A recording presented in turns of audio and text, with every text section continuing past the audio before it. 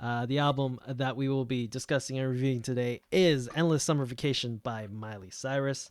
So, Endless Summer Vacation is the eighth studio album by American singer Miley Cyrus. It was released on March 10th, 2023. When lead single Flowers was released on January 12th, it set several streaming records and spent 8 weeks at number one on the US Billboard Hot 100, becoming Cyrus's second chart topping song in the country. So, Eric, thoughts on this album? I mean, I feel like Miley Cyrus has just had this like roller coaster of a life, right? Like Billy Cyrus with with her father's achy breaking heart single, which I find is a funny song. It's the worst song. Um, I hate that song. uh, there is a version with Alvin and the Chipmunks. Oh my By god. the way, just to let you know. So this album was. I'll start with the positives. It's very well produced. Like Hmm. like this was actually in lossless audio, like I said, and it actually matched my AirPods. So my AirPods was able to play it. Obviously, there's really no difference, like we said earlier, but I'm not going to go into that. This album, like I just had a. First of all, I should say Miley Cyrus's voice in this album is amazing, unbelievable. She's got that raw rock voice, which I just wish she would play like this other genre, like even if it was like folk music, like she's got the talent in her voice, 100%. However, um, there are some songs that just really bring her quality of music down. And this album has a strong starting half. Mhm. Like the starting of this album, it hits you hard. I was like, okay, Flowers, I've heard this single before. And I was like, yeah, you know what? I can dig this. I could dig this. Jaded, that her voice is probably the most impeccable and jaded in this album. And I'm like, this is going to be an amazing album. This is actually going to be the first time I probably come on this podcast and say, Miley Cyrus, this album is out of the park. Uh, and then it just starts going downhill. Like, I don't know. Like, it was just very, I don't know. There's something like something very missing about this album. It was a very pop album. Okay, Yeah. going back to your comment of vocals. Although I do agree with you that she is a talented vocalist, she's completely fried her vocals. She has. Like, And you can tell she's like smokes like 10 packs of cigarettes a day because literally like her voice is like this like when she talks, right? Because there was one song what the hell was it called?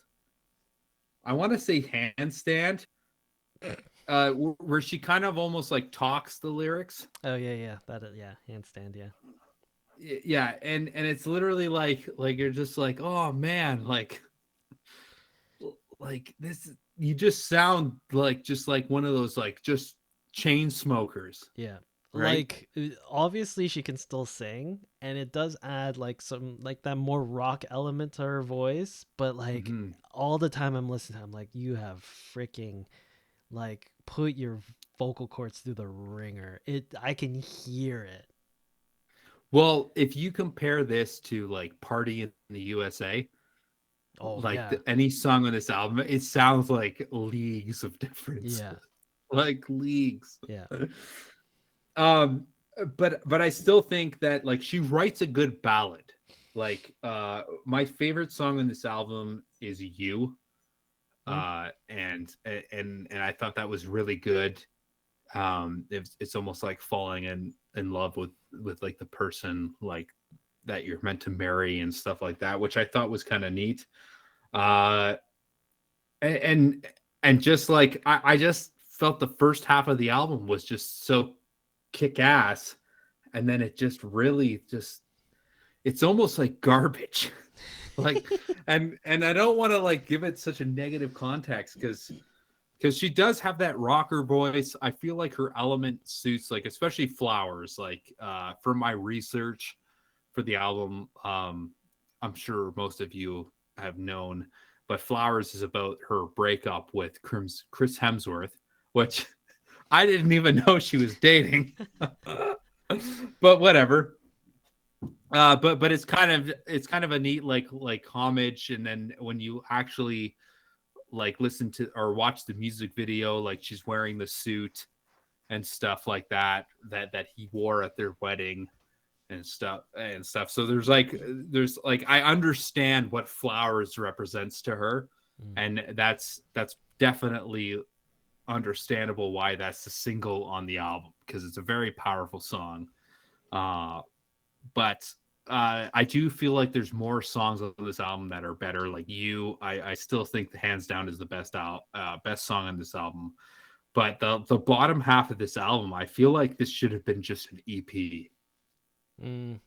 Yeah. This should have just been an EP. Flowers, Jaded, You, maybe River, maybe. It is a pop song, but like I didn't really like dig it. Like there were songs like the bottom half of this album, there were songs that I was listening to that I'm like, this is a cool hook, and then all of a sudden it just turned into this like, I'm like, what the fuck is this?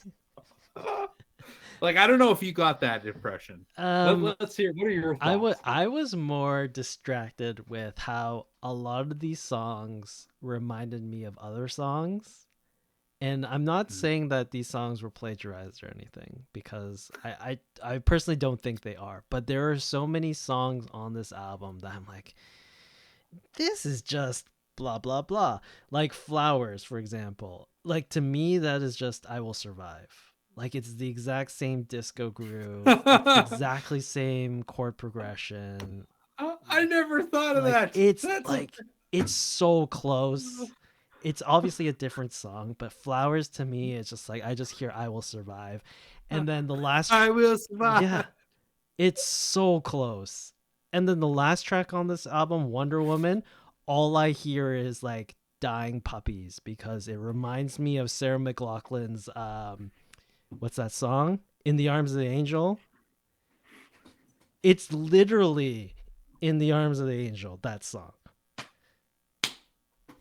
And it's such, and the meaning of that song, Wonder Woman, right? It's like a whole female empowerment type of song. The actual meaning escapes me at this point, but it's in that vein. But like I just hear dying puppies. That's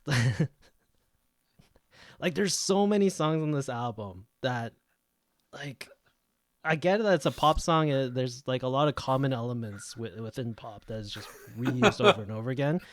But it's too much for me. It's too much. Oh, And Chasing Dragonfly says Flowers reminds me of When I Was Your Man by Bruno Mars. Actually, that's, yeah, pretty close too. Bruno Mars also, what did I call him? The beige prince, the vanilla prince. the vanilla print. I think it's the vanilla prince. It's just boring. I Positives on this album. Album sounds very good. It's very well produced. There are like really good songs on this album, but none of them really hit, because either they just reminded me of an existing song, so why would I listen to this? Or like it just had weird shit in it that I was like, what the frick's the point of this song? yeah, I felt like Muddy Feet was one of those songs that you're just like, why is this in this album? I mean, it's a shame because I like Miley Cyrus has gotten to the point in her life where she had that preteen like fame Mm-hmm. where she didn't know how to deal with herself, kind of like Justin Bieber, and then she kind of like grown into this like almost like over sexualized icon Mm. that was like wrecking ball, like if you will. And now this album is definitely like it screams her maturity. Like she's Yes. definitely matured in her career. Like this is like, you know what? out of everything I've learned in my life, like this is all the mistakes and all the stuff like I want to strive to be. And I feel like she could have done it way better. Like the beginning half, when I was listening to the beginning of this album, I'm like, you know what? This actually might be really good. Um, but then it just went downhill after like Yeah. the third song. And she does have a good voice. I still feel like she does have that.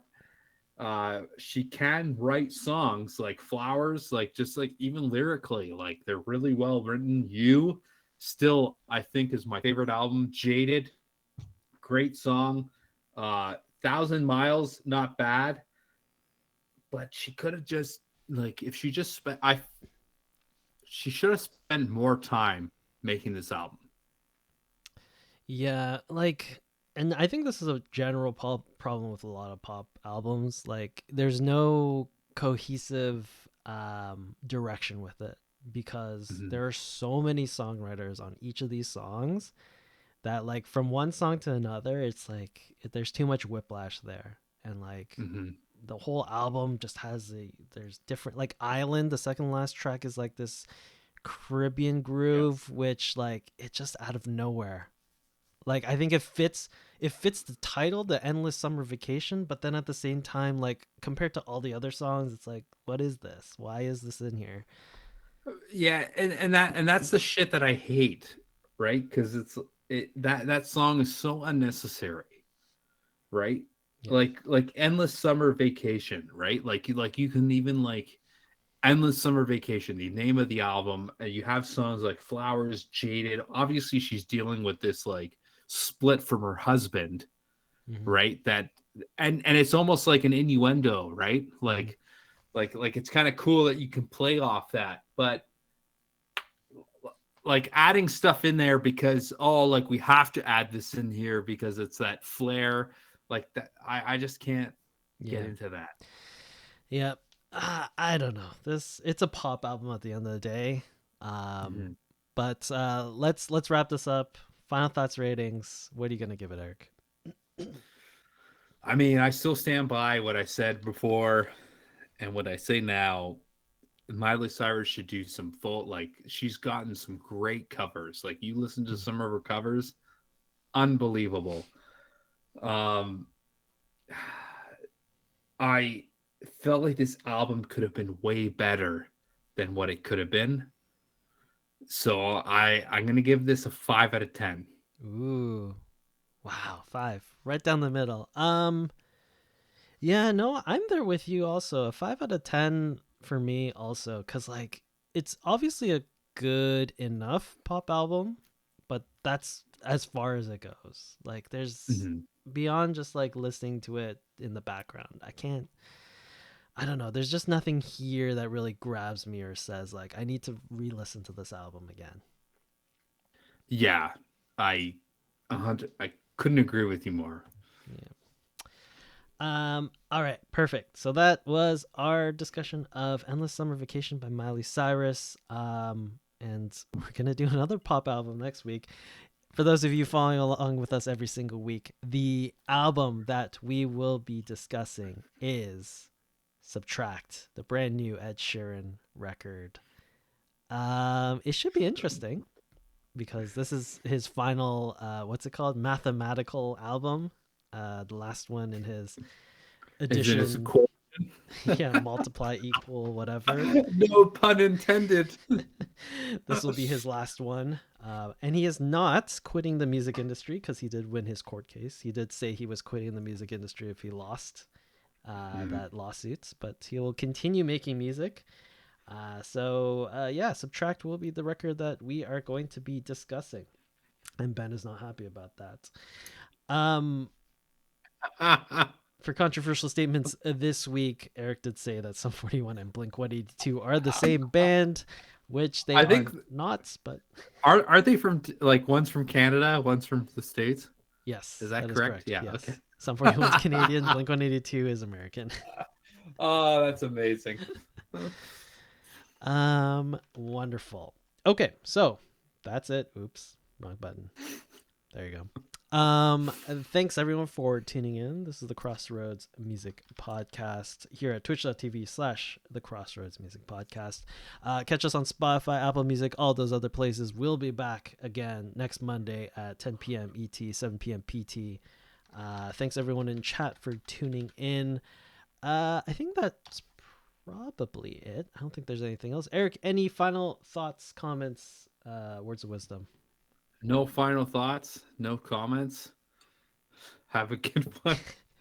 Perfect. We will see you all next week.